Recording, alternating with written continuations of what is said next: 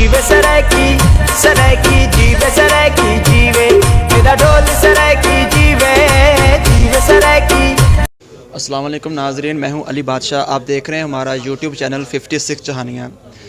जैसा कि आप जानते हैं आपके लिए जहानियाँ के मज़ाफ़ात से बहुत ही इंटरेस्टिंग किस्म की स्टोरीज़ लेकर हाज़िर होते हैं। तो आज हम एक बहुत ही ज़बरदस्त पर्सनैलिटी के साथ मौजूद हैं।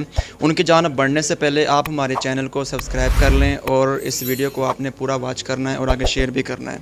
हमारे साथ जो मेहमान शख्सियत मौजूद है, हम इनका आपको तारुफ़ करवा देता हूँ जी। ये इनका नाम है नईम अहमद ख़ान डाहा, जो कि सराकिस्तान जो है डेमोक्रेटिक पार्टी उनके यानी कि ये बहुत सरगर्म सूबाई सदर हैं। तो उनसे हम बात करते हैं और उनके से इंफॉर्मेशन कलेक्ट करते हैं, आप तक पहुंचाते हैं। तो बढ़ते हैं हम अपनी वीडियो की जानिब। अस्सलाम वालेकुम सर, क्या हाल है? वालेकुम अस्सलाम। सर सबसे पहले तो आपका बहुत बहुत शुक्रिया, आपने कीमती टाइम में से हमें खुसूसी तौर पर टाइम दिया।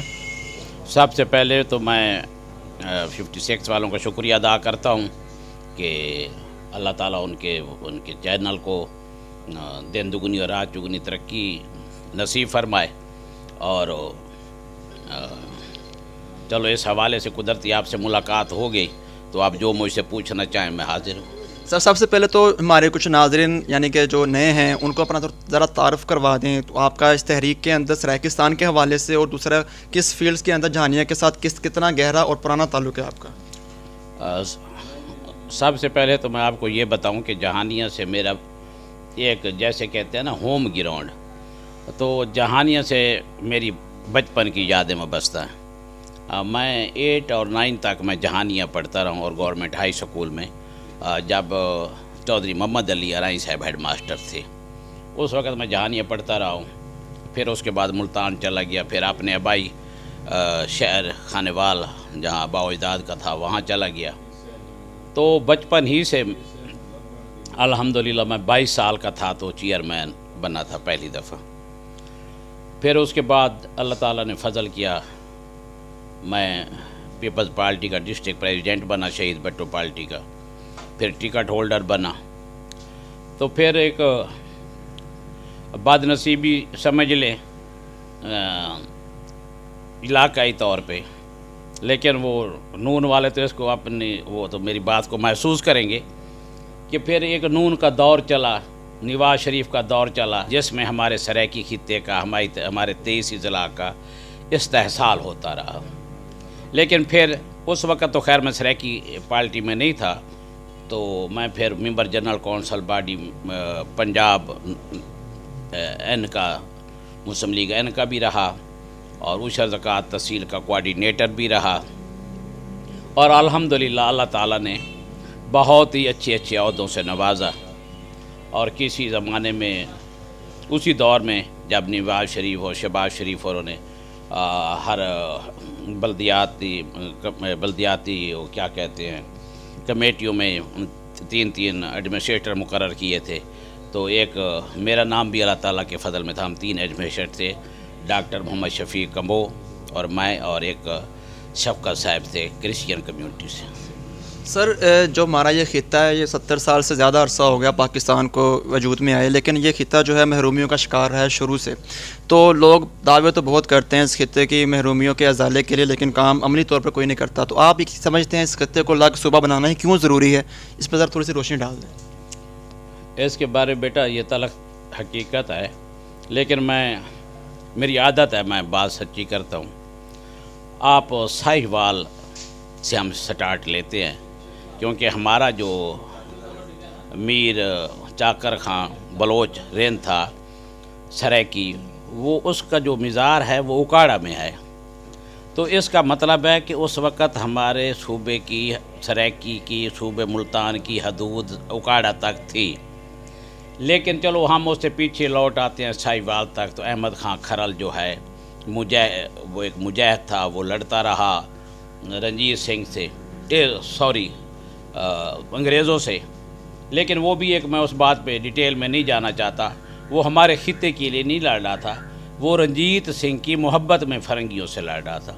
क्योंकि जो रंजीत सिंह की एक बीवी थी, उसकी बीवी तो काफ़ी थी, उसकी एक बीवी की डोली को कंधा अहमद खां खरल के वालिद ने दिया था। तो इस वजह से वो रंजीत सिंह और वो एक एक दूसरे को मुंह बोला भाई कहते थे। तो आप उससे फिर नीचे आते जाएं, मैं नाम लेता आता हूँ, शाह जीवना की गद्दी आ जाती है, इसी तरह कतालपुरियों की गद्दी आ जाती है। आप फिर नीचे चले जाएं, गद्दियाँ गिनते जाएं, शेर शाही गद्दी, मखदूम गद्दी, गिलानी गद्दी, इसी तरह आप सिंध तक चले जाएं, खुसरो बख्तियार के ख़ानदान। तो ये एक गद्दारों की है। अब आप गूगल पे चले जाएं, वो अंग्रेज़ चला गया, अंग्रेज़ की बाकिया। ये एक सवाल बनता है ना कि उनका हज़ारों एकड़ रकबा कैसे है। वो कहते हैं, मैं आपकी बात इंटरप्ट कर रहा हूँ, उनका क्लेम ये होता है कि हमारे बावजदाद शुरू से उनके पास ये रकबा मौजूद है, लेकिन ये क्वेश्चन आमतौर पर मुमकिन तौर पर हमारे अजहान के अंदर आता है। बिल्कुल बिल्कुल वो ठीक कहते हैं। उनका ये रकबा 74 साल तो पाकिस्तान बने के हो गए ना, और 200 साल रही अंग्रेज़ की हुकूमत, ब्रिटिश गवर्नमेंट की, हम कॉलोनी रहे। उससे पीछे दिखाया ना भी इनका रकबा था या नहीं। वो ये तो ठीक कहते हैं कि हमारा रकबा बहुत पुराना है, आज से 150 साल पहले है, 100 साल पहले। ये बेटा आप तारीख़ में चले जाएं, किताबें उठा के देख रहे हैं, गूगल पे चले जाएं, ये तो मुजाहिदीन की मुखबरियाँ करते थे, उसके इवज़े में इनको जगीरें अता होती थी। अपने मुरीदैन के ज़रिए मैं अल्हम्दुलिल्लाह मैं बरेलवी मसलक से ताल्लुक़ रखता हूँ, लेकिन मैं मुनाफिकीन की बात कर रहा हूँ, मैं साहब मिज़ारों की बात नहीं कर रहा। ये उनके मुझे अपने मुरीदों के ज़रिए उन मुजाहिदीन को पकड़ के उनको अंग्रेज़ों को पेश करते हैं। ये कोई आपको ढकी छुपी तो बात है। हमारे सेक्रेटरीट में मुल्तान, मैं तो सूबाई सदर हूँ, जो हमारी पार्टी के जो हेड हैं चेयरमैन राना फराज अहमद नून साहब हैं, तो उसमें ये तस्वीरें महफूज हैं कि जब वायसराय हिंद मुल्तान आया तो ये तमाम, क्योंकि उस वक़्त तो मखदूम, पीर, गिलानी ये होते थे, तो ये इकट्ठे हुए। तो उसने पूछा, भाई जी आप मुझे अपनी लॉयल्टी बताएं कि आप हमारे साथ मुखलिस कितने, मेरी बात समझें। तो उसकी बग्गी से घोड़े निकाल कर अमलन तौर पर ये लोग उसमें बग्गी में क्या जुपे और अमलन खींची, चाहे 1 कनाल खींची, चाहे 1 एकड़ खींची। ये तो ये लोग थे। यानी कि आप ये कहना चाह रहे हैं कि उनको जो इतने रकबे मिले, ये अंग्रेज़ों की खुशामद उनके, यानी कि जो उनके ज़रिए से इस खित्ते को नुकसान पहुंचा। हाँ, इस खित्ते के मुजाहिदीन के खून के वजह को भी। सर आपकी बात बिल्कुल बहुत हद तक दुरुस्त भी है, लेकिन जो ये इस खित्ते की महरूमियों के अजाले के लिए जो अलग सूबा है, क्या पाकिस्तान की इकॉनमी इस बात की हमें इजाज़त देती है कि हम इसकी डिमांड करें इस वक्त मौजूदा सूरत हाल में? ये तो जब पाकिस्तान बना था तो क़ायद आज़म रहमतुल्लाह अलैह ने ख़ुद उन्होंने फरमाया था कि हर बंदे को उसके बुनियादी हकूक़ दिए जाएंगे, लेकिन खुदा का करना ऐसा हुआ कि उनका भी एक साजिश के तहत मर्डर हो गया। तो जो इस मुल्क में क़ायद आज़म साहब और उनके साथ न दिए जाएंगे, लेकिन खुदा का करना ऐसा हुआ कि उनका भी एक साजिश के तहत मर्डर हो गया। तो जो इस मुल्क में क़ायद आज़म साहब और उनके साथ नवाब लियाकत अली ख़ान साहब थे, उनको भरे जलसा गाह में गोली मार दी गई, जिन्होंने हकूक़ देने थे। बाकी तो गाज़िब और कातिल थे, उन्होंने हमें हकूक़ देने क्या थे? बाकी तो अंग्रेज़ की बाकियात। बिल्कुल दुरुस्त आपने फरमाया। तो फिर जो इकॉनमी की बात करें, पाकिस्तान की इकॉनमी इस बात की इजाज़त नहीं देती कि वो 4 सूबों के जो अखराजात को अफोर्ड कर सके। इसमें इस सूरत हाल में एक 5वां सूबा एक बर्डन नहीं होगा मुल्क के ऊपर? मैं इस बात में बेटा मैं एक अर्ज़ करूँ आपको, जितने हमारी सराय की मिसाल है, पहले नंबर पे तो मैं ये वजाहत कर दूं कि हमारे ख़िलाफ़ प्रोपेगेंडा किया जाता है कि ये सरायकियों की बात करते हैं। मैं वाज़िह तौर पर बता देना चाहता हूँ कि जैसे पाकिस्तान, तान का मतलब है वतन, इसी तरह सरायकिस्तान, तान का मतलब है वतन।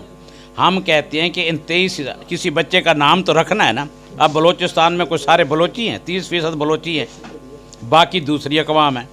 आखिर कोई नाम तो हमने रखना होगा। हम कहते हैं इस खित्ते में जिस मसलक से, जिस ज़बान से तल्लुक़ रखते हैं, जिस बिरादरी से तल्लुक़ रखते हैं, वो सरायकिस्तानी हैं। अब हज़ारों लाखों करोड़ों हिंदू गए इंडिया में यहाँ से माइग्रेशन करके, एक मुहाजिर नहीं है। जो हमारे दोस्त उधर से आए उसको इस्टेब्लिशमेंट ने मुहाजिर का नारा दे दिया। भाई मुहाजिर तो वो होता है जो अपने वतन से कहीं और चला जाए, वो तो अपने मरकज़ इस्लाम के नाम पे बना था ना पाकिस्तान, वो तो अपने घर आए, वो तो इसको मुक़द्दस समझते थे। जब वो अपनी सरहद क्रॉस कर इंडिया की तो वो तो सजदे में गिर गया था। हम अपने पाक वतन, उनको पता था कि पाक वतन का ये हशर होगा।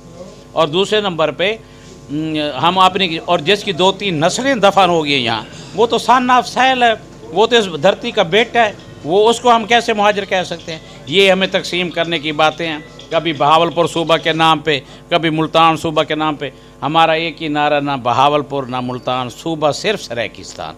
भाई ये जो करते हैं ना, ये शाह अल्लाह ताला ने सज़ा दी है, दुनिया देख रही है। अब तो बाप बेटा और बाप बेटी भी नहीं मिल सकते।